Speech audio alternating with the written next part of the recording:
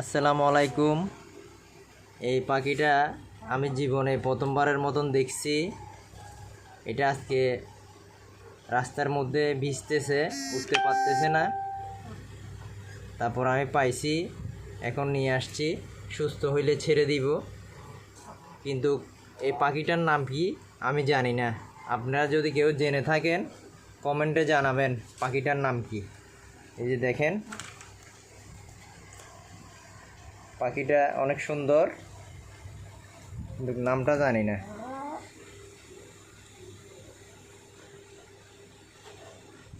এই যে দেখেন,